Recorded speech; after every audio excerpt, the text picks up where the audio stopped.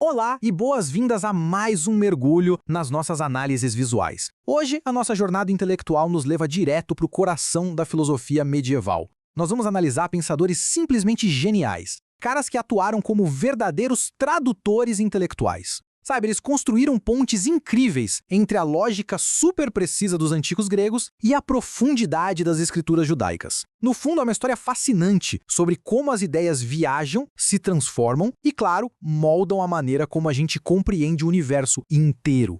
Beleza? Então vamos mergulhar nisso. O nosso roteiro de hoje está bem amarradinho. Nós vamos passar por 6 pontos essenciais, seguindo uma ordem cronológica para ninguém se perder.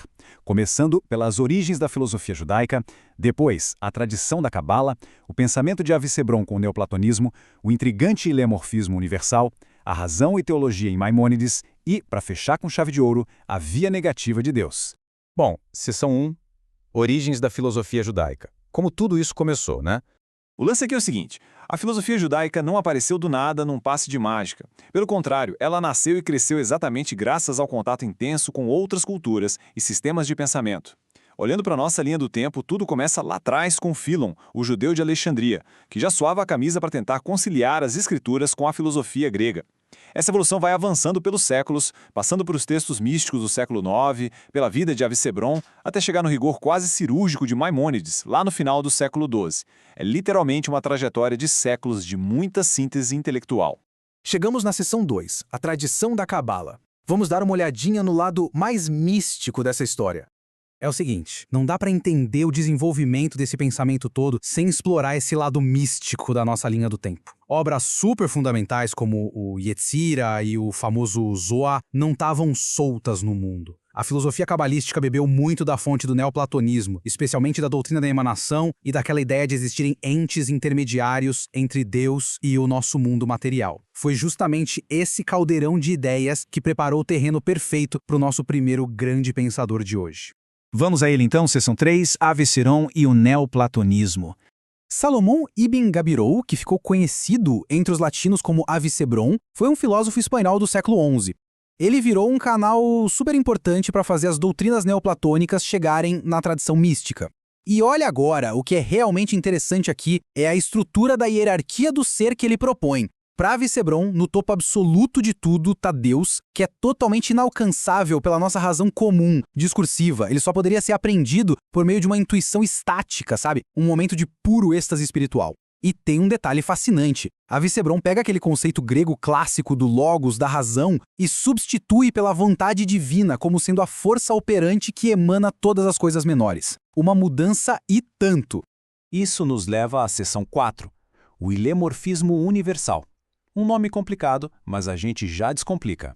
Chegamos na parte que, honestamente, é considerada a mais fascinante de todo o sistema do Avicebron e que acabou influenciando gigantes cristãos mais pra frente, como São Boaventura. O ilemorfismo universal. Vamos traduzir esse jargão. É basicamente a ideia de que absolutamente tudo que está abaixo de Deus é feito de duas coisas, matéria e forma. E quando a gente diz tudo, é tudo mesmo, tá? Até os anjos, as inteligências puras e as almas racionais teriam uma espécie de matéria espiritual. É essa matéria que age como um limite, um princípio de finitude, separando e diferenciando qualquer criatura da perfeição e simplicidade absolutas do Criador. Faz sentido, né? Para deixar esse conceito um pouco menos abstrato, vamos usar o ser humano como um microcosmos perfeito. Segundo essa visão da pluralidade de formas, nós temos vários graus de perfeição empilhados, como se fosse um quebra-cabeça. Primeiro tem o corpo físico em si, depois entra a forma de vida vegetativa, depois a vida sensitiva e, por último, a vida intelectual. Cada uma dessas etapas é uma forma que vai se sobrepondo à outra para construir um ser complexo como nós de maneira cumulativa.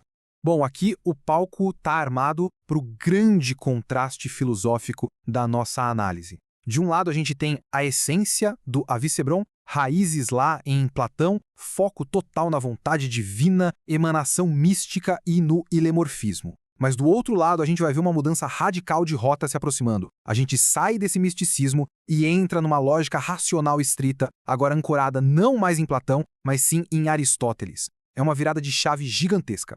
Vamos para a seção 5, Maimônides, Razão e Teologia. Moisés Maimônides, nascido lá em Córdoba no ano de 1135, foi um verdadeiro peso pesado intelectual. Ele teve que fugir da Espanha Moura e assumir uma missão que, convenhamos, era monumental: colocar a teologia em bases racionais e filosóficas extremamente rigorosas. A obra-prima dele, chamada Guia para os Perplexos, revela bem esse método. Para ele, filosofar era quase sinônimo de seguir Aristóteles. Ele venerava o cara, achava que Aristóteles era o maior exemplo de capacidade intelectual da história, perdendo apenas, claro, para os profetas divinos. Vamos avançar e ver como isso se constrói na prática. Esse aqui é o algoritmo lógico passo a passo que o Maimônides usava para resolver qualquer treta entre a ciência e as escrituras. Primeiro, você se atém ao que o intelecto e os sentidos conseguem provar. Segundo, você bate isso de frente com o Antigo Testamento. Terceiro, se a razão provar, sem sombra de dúvida, que o texto sagrado está contradizendo a realidade, então o texto deve ser usado como uma interpretação alegórica, uma metáfora. Mas, quarto passo, se a prova filosófica for fraca ou inconclusiva, aí o ensino literal da escritura permanece intocável. Bem engenhoso. E aqui a gente vê esse algoritmo rodando ao vivo. Apesar de amar Aristóteles de paixão, Maimônides bateu o pé e rejeitou a ideia grega de que o universo sempre existiu, de que ele é eterno. E por que ele fez isso? Lembra da regra?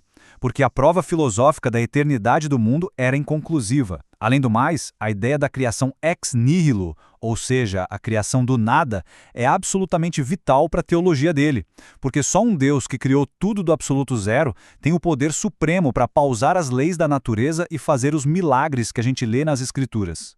Agora, um detalhe histórico surpreendente. Aplicar esse método lógico deu uma dor de cabeça imensa. A ideia de transformar partes do texto sagrado em alegoria sempre que a ciência exigisse pareceu tão radical e absurda para as alas mais fanáticas da época. Olha só o nível. Alguns grupos na França chegaram ao ponto extremo de pedir socorro à Inquisição contra a obra do Maimônides, acusando o coitado de vender as Sagradas Escrituras aos gregos. Dá para acreditar? Foi o choque puro e literal entre a razão estrita e o dogma religioso. Entrando agora na nossa reta final, seção 6, a via negativa de Deus. É aqui que o Maimônides decide praticamente desconstruir qualquer definição direta sobre o Criador. Ele foi buscar apoio na teologia natural de grandes pensadores árabes, como o Al-Farabi e o Avicena, para provar que Deus existe usando pura lógica. Ele usa os argumentos do primeiro motor, do ser necessário e da causa primeira. A conclusão dele? Deus é ato puro, totalmente desprovido de matéria ou potência, infinitamente distante e completamente diferente de todas as suas criaturas. Então, o ponto crucial de tudo isso é de um rigor extremo. Para ele, é simplesmente impossível aplicar atributos positivos a Deus. Nós, seres humanos, jamais vamos conseguir formar uma ideia positiva e real do que ele é de fato. A única saída que nos resta é a famosa via negativa. Ou seja, a nossa mente humana só tem a capacidade de afirmar com toda certeza aquilo que Deus não é.